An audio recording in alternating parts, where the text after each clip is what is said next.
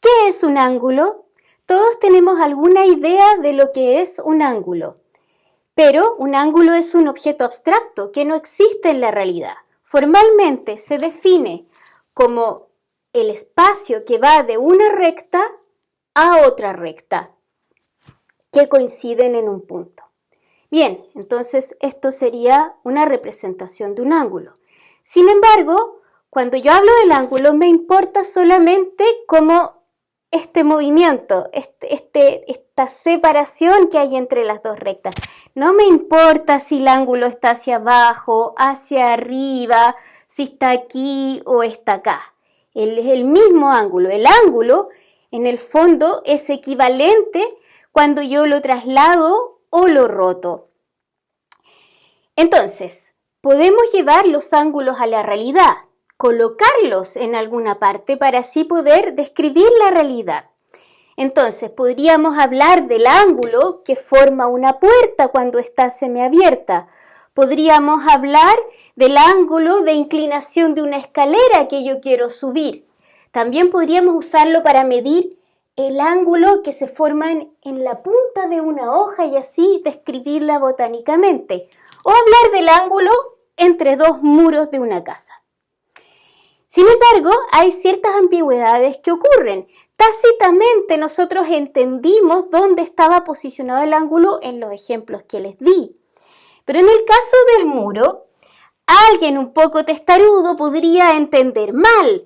Entonces, por ejemplo, si yo coloco las dos semirrectas, una en un muro y la otra en el otro, de esta manera, esto describe un ángulo bastante amplio y no es el ángulo que yo quiero describir. Cuando yo hablo del ángulo entre los muros, yo quiero describir un ángulo que está puesto en forma horizontal, porque los muros son los dos verticales.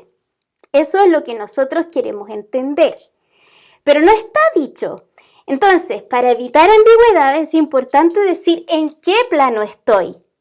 Porque los ángulos en realidad no viven en el espacio.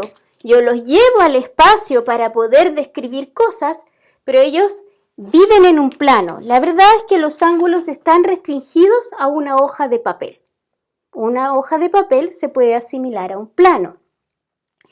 Y lo que acabamos de decir es que yo los ángulos los puedo rotar, los puedo trasladar y si son iguales, entonces representan el mismo ángulo. Ahora, cuando yo les dije qué es lo que era un ángulo, dije es la separación que va de una semirrecta a otra. Y en todos los ejemplos que les he mostrado, hay una recta de un color y la otra de otro. Entonces, es importante el orden. ¿Y por qué podría ser importante? Por ejemplo, estos dos ángulos representan la misma apertura, coinciden. Sin embargo, en un caso, la recta azul está en una parte y la recta roja está en otra. Y cuando yo los hago coincidir, no coinciden los colores. Para hacerlos coincidir tendría que dar vuelta la hoja de papel. Pero eso no es legítimo. En un plano yo no me puedo pasar de arriba para abajo. Yo no puedo atravesar el plano. Vamos a acordar por convención que cuando miramos un ángulo lo miramos desde un lado fijo de la hoja. No nos cambiamos para el otro lado de la hoja. Entonces, según esa definición, estos dos ángulos que parecen iguales no lo son porque el orden en que están las dos rectas cambia. Es decir, el orden es importante. El orden sí va a ser sensitivo. Estos dos ángulos no son equivalentes, son distintos. De hecho, cuando los midamos, vamos a querer que uno sea positivo y el otro negativo. Vamos a seguir estudiando esto, pero sigamos pensando. Aquí el plano fue asimilado por una hoja de papel. Los ángulos van a estar en un plano. Pero nosotros también utilizamos los ángulos en otro tipo de superficies. Por ejemplo, acá tenemos una esfera, como es nuestra Tierra, nuestro planeta. En una esfera, si nos colocamos en un punto de su superficie, localmente la esfera se ve plana, más o menos curvada, pero es una superficie bidimensional. Entonces, Cuando tenemos esta esfera, nosotros vamos a utilizar los ángulos para describir en qué posición del planeta estamos. Y esto es lo que da origen al concepto de longitud y latitud en la esfera terrestre y que nos sirve para poder localizarnos con el GPS, por ejemplo. Bien, en general entonces vamos a poder describir los ángulos en superficies. Por ejemplo, podríamos hablar de la superficie de mi cuerpo y usar un ángulo para describir alguna parte de mi cuerpo que me sirva para diseñar mejor mi ropa. Por ejemplo, en una esfera, al igual que en mi cuerpo, es fácil distinguir de qué lado estamos. Aquí estamos del lado de afuera de la esfera. Y no podemos pasar para dentro de la esfera. En una esfera está claramente distinguido un lado de la superficie del otro lado de la superficie, que sería el interior de la esfera. ¿Ya? En mi cuerpo también, por supuesto, yo no voy a ir a medir el ángulo metiéndome dentro de mi cuerpo para medirlo. Entonces es fácil.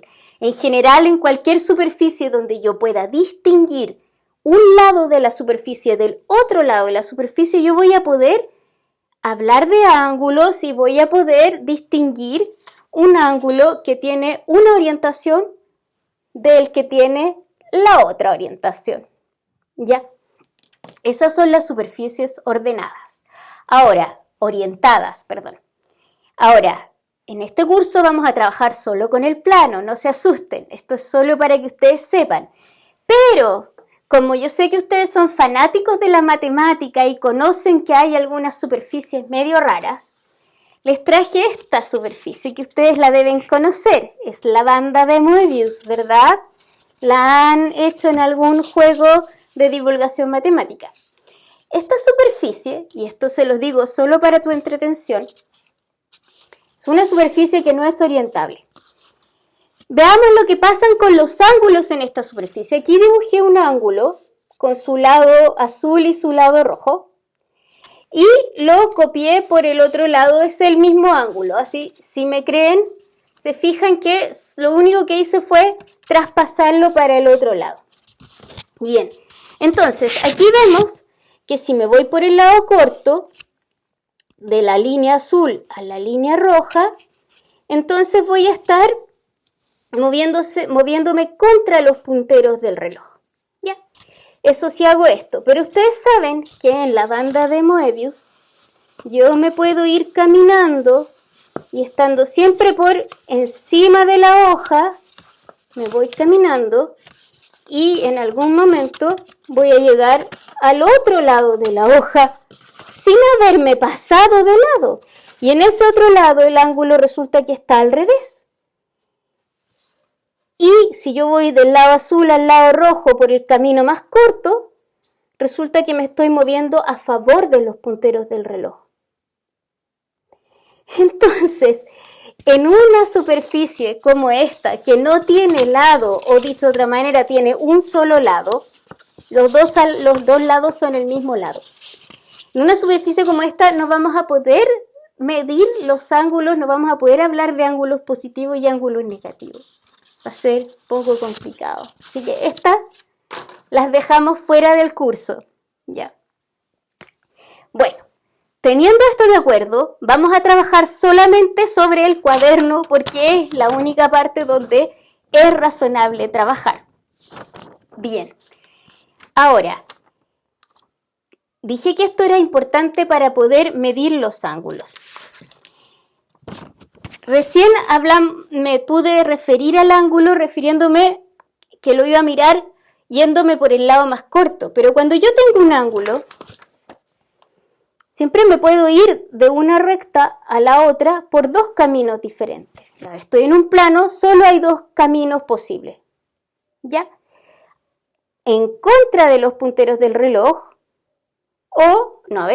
a favor de los punteros del reloj o en contra de los punteros del reloj. Tengo solo dos opciones. ¿Ya? ¿Cuál de las dos es la que voy a considerar para medir mi ángulo? ¿La de arriba o la de abajo?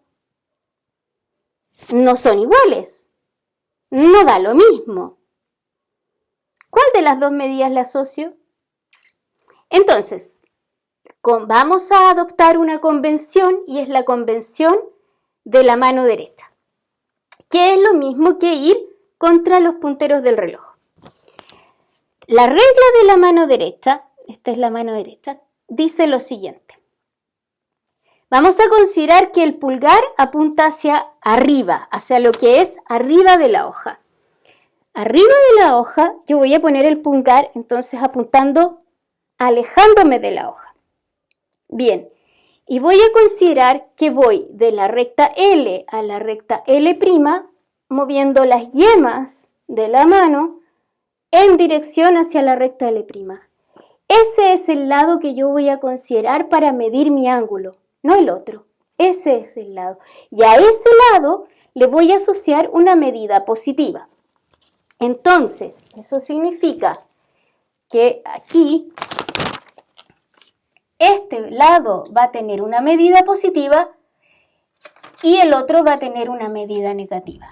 Lo mismo cuando yo considero esta otra versión del ángulo, que es la versión orientada en la otra forma, con la regla de la mano derecha, yo pongo el pulgar hacia afuera, tomo mi mano derecha y no me equivoco, y voy con las yemas de los dedos de la recta L hacia la recta L'.